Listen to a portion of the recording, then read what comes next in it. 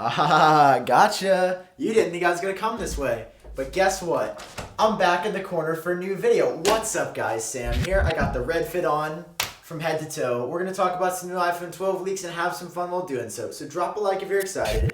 Hit subscribe for more, and let's just go ahead and jump in. We've been talking about this phone for months now, and today we got a fresh report from Everything Apple Pro, my pal there, who is killing the game lately. Subscribe to his channel if you haven't already. The report today comes from him and Max Weinbach, who are sharing exclusive details about the iPhone 12. The dynamic duo is back in action today with even more details. Not only did they previously share the design, that this is how the iPhone 12 series is going to look, but also a ton of features now getting even more specific, starting today with the display. Yes, dude, iPhone 12 Pro series, it will have ProMotion, which is a feature that has been on the iPad Pro for a couple of years. I have praised it since the very first second I started using it, and as Apple does with technology sometimes, they debut them on one platform and then see how much people love it and say, hey, this would be a really compelling feature on another platform as well. ProMotion doubles the refresh rate of your display, so instead of it refreshing 60 times every second, it refreshes 120 times every second. Practically, what does this do? It makes everything look twice as smooth. So when you're scrolling around on your iPhone, instead of it just feeling like you're touching a piece of glass, it almost feels like the content below your finger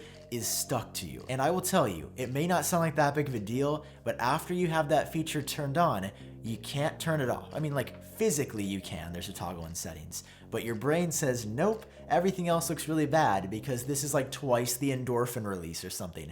I don't know if that's a good thing, but it looks real good. If you own an iPad with this display, you know what I'm talking about, so sound off down below in the comment section about your experience, but this is huge. There were rumors about this for a while, but now that Apple has this on a prototype, oh yeah, it's gonna be a good year. Now logically, that's really cool, but what about the power draw? I mean, there's no way they can improve this 2x and make it just like the iPad with a gigantic battery and give you the same battery life with the current technology and optimization. Obviously, software side, they're gonna be doing a lot of things like a variable refresh rate, meaning that at times when you're using your iPhone, maybe the second you stop actually scrolling, the screen will flip back to 60 Hertz to consume less power. That is something that Apple actively has in development, but that would only do so much. Apple needs physically larger batteries in this year's iPhones, and that's what we're hearing. So juice yourself up for this, because we're hearing over 4,400 milliamp hours. That is 4400, 4,400 plus milliamp hours. Now, I assume that's gonna be for the 12 Pro Max, the biggest 6.7-inch model, but hopefully we're gonna see a similar improvement again, not in overall battery life, but in a battery life comparable to last year's iPhones. I mean, even if it's an hour less, I'll be like, okay, that's what you get for using the higher refresh rate. We just can't see a big decrease year over year, so Apple's working to mitigate that. Looking up just a little bit on the iPhone 12 Pro's display, got new details about the notch. Now, we already knew it was getting smaller. Apparently, Apple's gonna be doing something like this to integrate everything inside, and Face ID itself is getting some improvement. Now, there was a rumor last year from Mark Gurman that said basically when you set it flat on a table, your phone would be able to unlock using your face with Face ID. That never happened. So perhaps it comes this year, although it's doubtful. It is said to be getting a wider angle sensor though on it, and it's also going to be able to have dynamic zoning algorithms. I don't exactly know what this means. I assume it would be able to zone out different parts of your face maybe, so that I don't know, if you had like a bandana on or something, it could just know, oh, well, that's for sure your eyes, because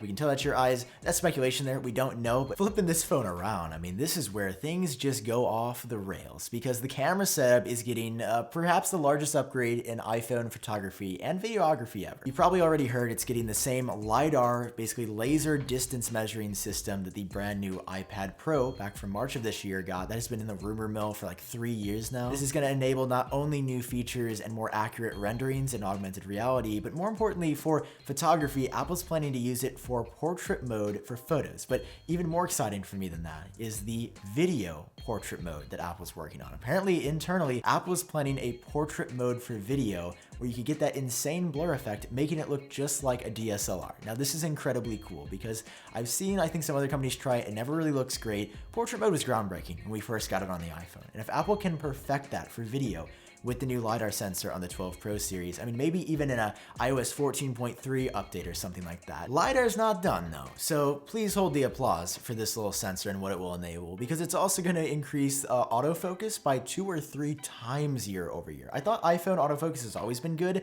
2 to 3 times, it's just gonna be even better than it is now. And then there's a slew of other improvements, especially in low light. So subject detection in low light is getting better. If you're trying to take a photo of somebody in a near dark scenario, the phone will be able to see that person and then tweak the photo more accurately based on the fact that they're in it. Night mode now, while it is good though, does struggle, especially if you're moving a lot. Like if you're in a car and you're trying to take a picture of the sky, you're supposed to hold completely still so it can properly do the long exposure. Long exposures in general on the next iPhone, because of new camera technology, are getting better, but also the stabilization, the digital software being able to go beep, bop, boop. Yeah, you're moving too much, but I can autocorrect for you being a human and me being a robot. It's gonna be better and more stable when you're trying to shoot at night. Slow motion also getting better in the dark. Slow-mo has always been really bad at night, and that's because it requires a lot of light. I get it. I just, I'm saying it could get a little bit better, Apple, all right? Just saying. But Apple's not done there, because specifically on the telephoto lens, Apple is increasing the optical zoom from 2x to 3x. So standing in the same position, you'll be able to go out to 0.5x, 1x,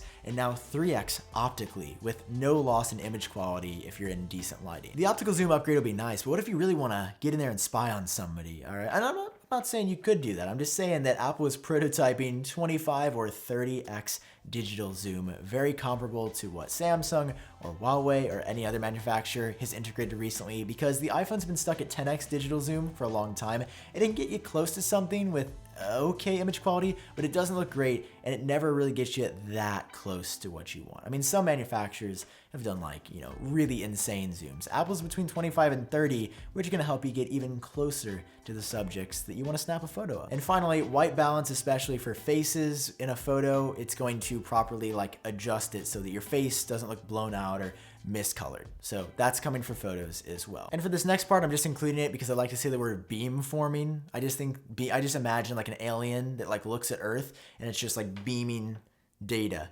to us. That's the only reason I'm including this. Apple's including audio zoom with better beam forming directional mics on the iPhones this year, which means that audio zoom's already crazy. It's where you zoom in on something in video and it actually makes that thing louder. It's witchcraft. It doesn't exist in any human realm, so I don't know who they've hired to make that happen. At this point, is there anything else that's not getting better? Because I might as well sell my house to get this new phone. Yeah, you're right. You might as well do that, because this is very well going to be the best iPhone ever. I mean, even Smart HDR is going to be enhanced by 2 this year. That's also getting better. So the camera upgrades, if you like shooting photos on your phone, you're gonna wanna buy the 12 Pro. All right, now I've seen these renders that look really great, but what about the durability? If I drop my iPhone once, is it gonna break? Is my iPhone gonna break on the first drop this year? Because that's happened to me for the past 4 years. I don't know, Cynthia, because you're probably gonna keep dropping your phone anyway. Here's what I'm gonna tell you. According to Everything Apple Pro, the durability is getting better. And I learned that apparently Apple actually has people that do drop test the phones at Apple. Yo, can somebody get me a video of that? I just want to see an Apple engineer being like, all right, Tim, so 6 feet. All right, yeet. Apparently it's actually holding up pretty well from their testing. So I don't know if it's more durable than the 11 series, but it sounds like it will at least be very comparable. And Apple actually upgraded the durability on the iPhone 11 series across the board. So it's a good sign that the 12 is remaining consistent with that. For colors on the iPhone 12 Pro, we're hearing that it's going to be a navy blue this year, and it will be replacing midnight green. And then also no smart connector on this year's iPhones. That was a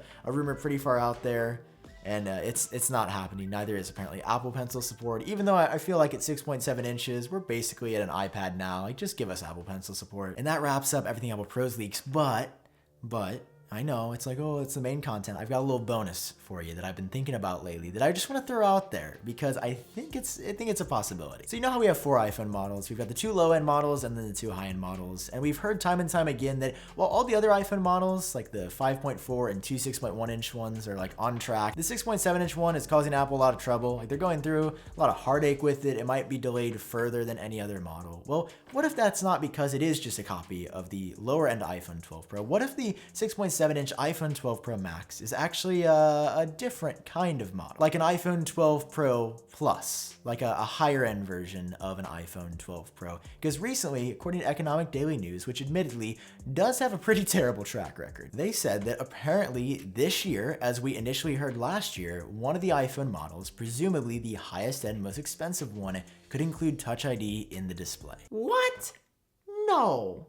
Touch ID is coming back to my iPhone as soon as this year? Well, apparently it's at least in the running here. Is it probably gonna happen this year? I doubt it. I think it's probably getting mixed up in the rumors for this year's iPhone, but in a year where we didn't have a worldwide virus, I'd say yes, I think it's coming this year. Now, I've heard the timelines are so screwed up at Apple that it's like, why are they even trying to do anything else extra at this point? So I think it's probably gonna be for 2021, but just wanna throw it out there. What do you think? Do you think Apple could, because of the delays we're hearing about just for the highest end model, sneak Touch ID on there as a first ever feature and bring it back to the iPhone? That's all for now. That's all for this video. You guys are the best. Thanks for always being here for me. Drop a like down below if you're excited. Hit subscribe for more. Hope you enjoyed the video and stay safe out there.